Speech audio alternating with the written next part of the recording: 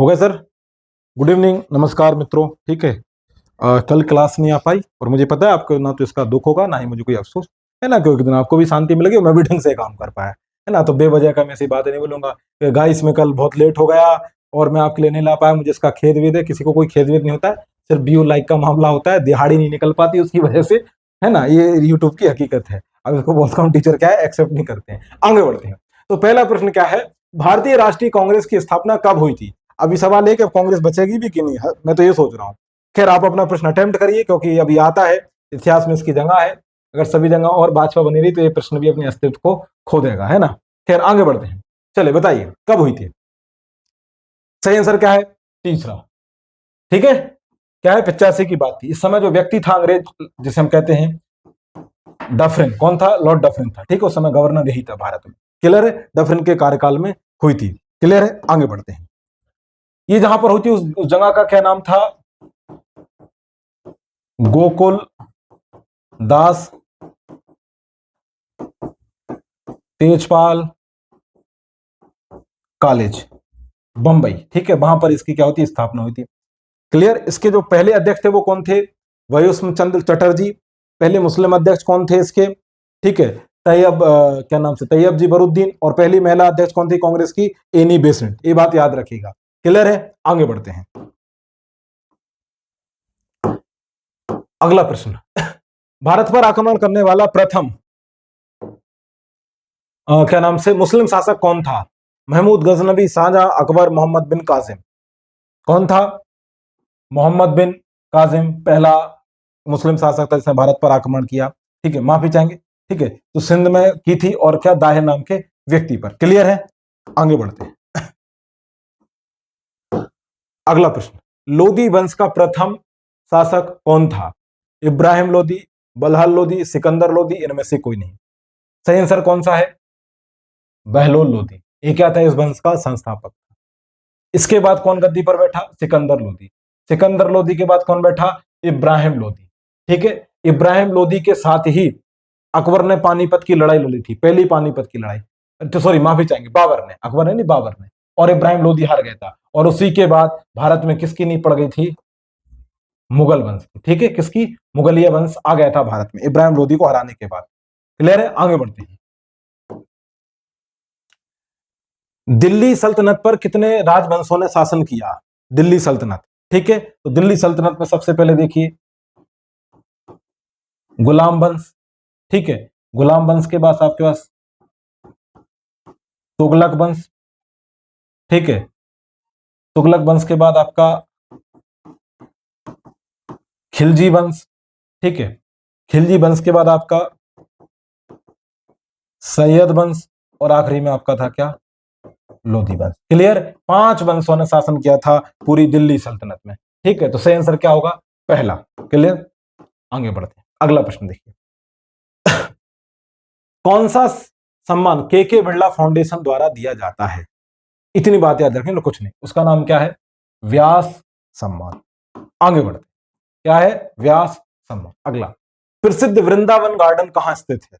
ठीक है, मद्रास, मैसूर, दिल्ली, केरल। सही आंसर क्या है इसका? मैसूर। क्या है? मैसूर, कर्नाटक। क्लियर? ये बात याद रखना। वाटर पोलो के एक पक्ष में कितने खिलाड़ी होते हैं? कुछ ज्यादा हैवी चीज नहीं है। 7। कितने? 7 प्लेयर होते हैं। कितने प्लेयर होते हैं? 7 प्लेयर होते हैं। आगे बढ़ते हैं। ठीक है, चलिए अगला प्रश्न देखिए। राउरकेला स्टील प्लांट के लिए आवश्यक पानी कौन से बांध से लिया जाता है? ठीक है, अभी राउरकेला क्लियर होना चाहिए। कहां है? उड़ीसा। उड़ीसा में कौन सा बांध है? हीराकुंड बांध। किस नदी पर है आपका? महानदी पर है। ये बात याद रखिएगा। तो इस हिसाब से किस बांध से लिया जाएगा? हीराकुंड बांध से राउरकेला स्टील प्लांट लिया जाता है। ठीक है, किसके सहयोग से बना था ये प्लांट? जर्मनी। ठीक है, ये बात याद रखिएगा। आगे बढ़ते हैं। माफी चाहेंगे, 2 मिनट पानी पी ले। ये जब तक पढ़े बताइए आंसर।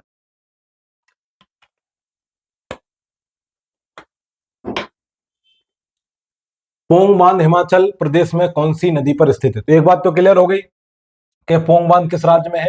हिमाचल में है। किस नदी पर है? गंगा, भागीरथी, यमुना, व्यास। सही आंसर क्या है? व्यास नदी पर है। क्या है? व्यास नदी पर यह स्थित है। इतना बात याद रखें। आगे बढ़ते हैं।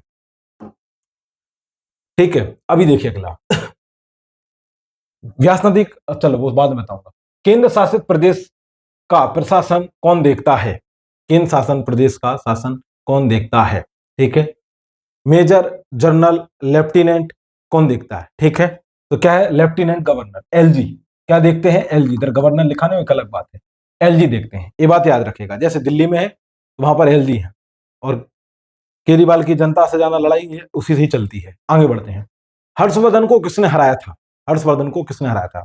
ठीक है, मोहम्मद शाह, अहमद शाह, आलिम द्वितीय। किसने? पुलिकेशन द्वितीय ने। किसने? पुलिकेशन द्वितीय ने इसको हराया था। ठीक है, पुलिकेशन द्वितीय ने हराया था। कहां पर? नर्मदा नदी के किनारे। आगे बढ़ते हैं। भारत में वन्य जीव सप्ताह कब मनाया जाता है? 2 से 8 अक्टूबर, 24 अक्टूबर, 11 जुलाई, 3 दिसंबर। सही आंसर कब? 2 से 8 अक्टूबर। पहली बार कब मनाया गया? ठीक है, 1957 में मनाया गया था। ये वाली बात याद रख। दिवस ही मनाया जा रहा, होता जाता कुछ है नहीं, है ना, झुंझुना है खाली। प्रथम टीवी सेंटर कहां स्थापित हुआ? प्रथम टीवी सेंटर कहां स्थापित हुआ? आंसर दिल्ली। सवाल कब हुआ? 15 सितंबर 1959 को। ठीक है, ये बात रखें। पहला टीवी सेंटर दिल्ली में स्थापित हुआ था, चैनल। आगे बढ़ते हैं। सर्वाधिक व्यवहार में लाया जाने वाला विद्युत चालक कौन सा है? ठीक है, सही आंसर क्या है आपका? तांबा। सही आंसर क्या है? तांबा। आगे बढ़ते हैं। नेक्स्ट प्रश्न। कौन से राज्य के जंगल को साइलेंट वैली कहते हैं? वाराणसी, सवालिया, सूरत, कटनी। ठीक है, सही आंसर क्या है? केरल। केरल राज्य को साइलेंट वैली है, शांत घाटी से कहते हैं। ठीक है, ये बात ध्यान रखना। आगे बढ़ते। ठीक है, तिरुनेलवेली शहर किस नदी के तट पर स्थित है? ठीक है, आपके सामने प्रश्न है। स्वर्णरेखा नदी, ठीक है, तामीर बरनी नदी, गोदावरी नदी। ये प्रश्न थोड़ा सा बढ़िया है, कठिन है, आमतौर पर मिलता नहीं। सही आंसर क्या है? तामीर बरनी नदी। सवाल है साहब, ये कहां है? ये है आपका तमिलनाडु में। कहां पर है? तमिलनाडु में। ठीक है, ये बात याद रखना, ये शहर। आगे बढ़ते हैं।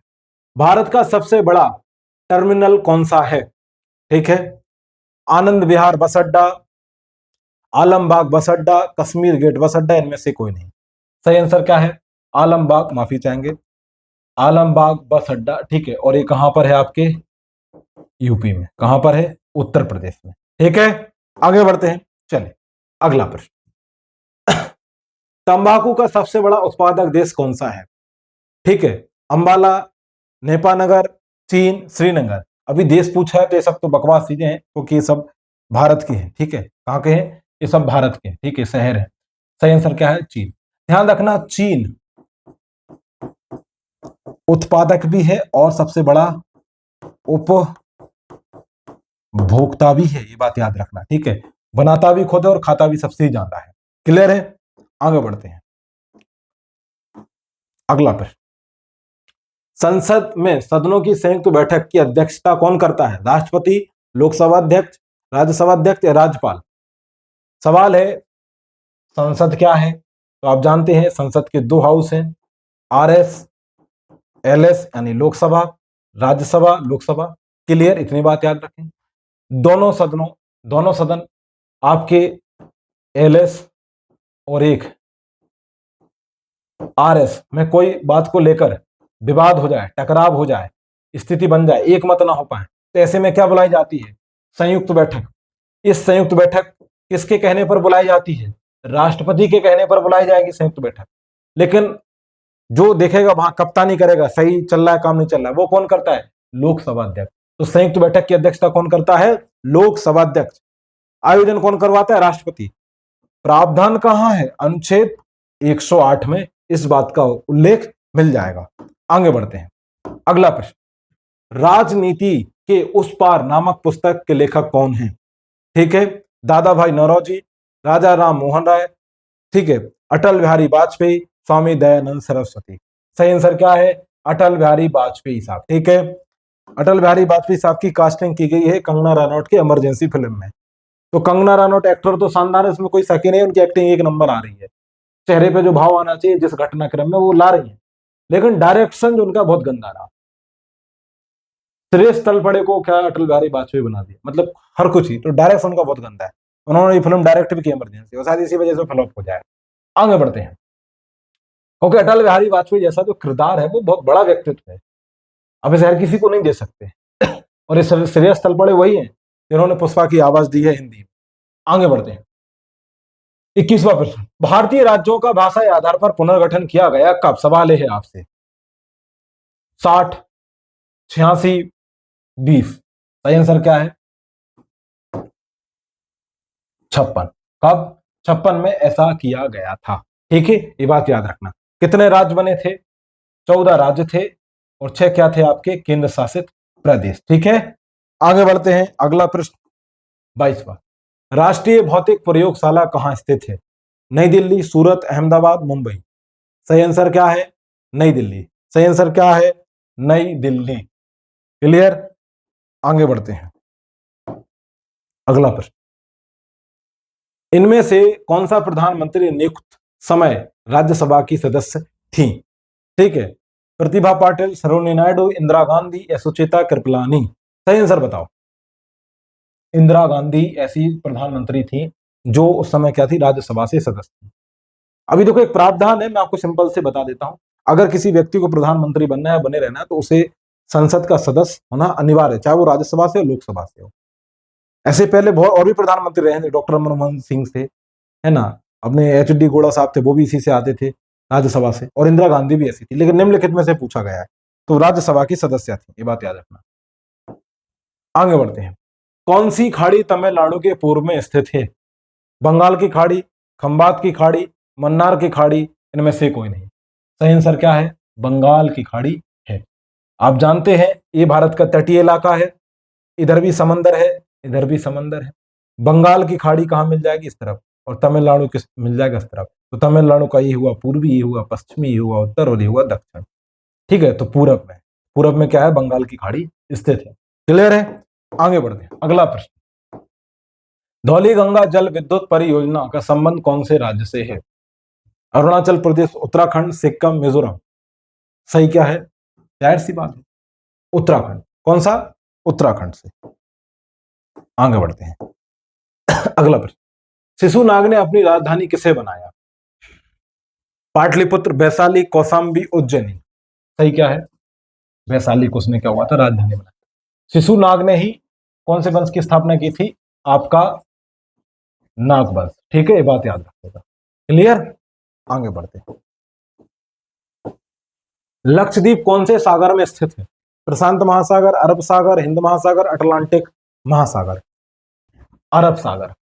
फिर वही स्थिति, ये भारत है, इस तरफ बंगाल की खाड़ी, इस तरफ आपका अरब सागर, इस तरफ क्या है? आपका लक्षद्वीप है। क्या इस तरफ? लक्षद्वीप है। ठीक है, तो कहां पर है? अरब सागर में यह स्थित है।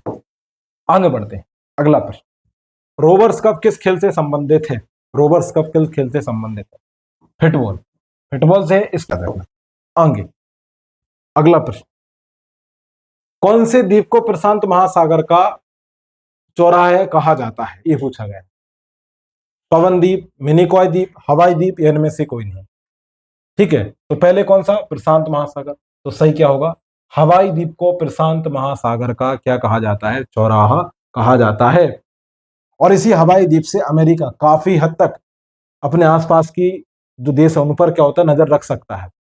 ठीक है, बराक ओबामा इसी हवाई द्वीप से आते थे। इसकी राजधानी बड़ी रोचक है, होनोलुलु। ठीक है, आगे बढ़ते हैं, अगला प्रश्न देखें, महात्मा गांधी के राजनीतिक गुरु कौन थे?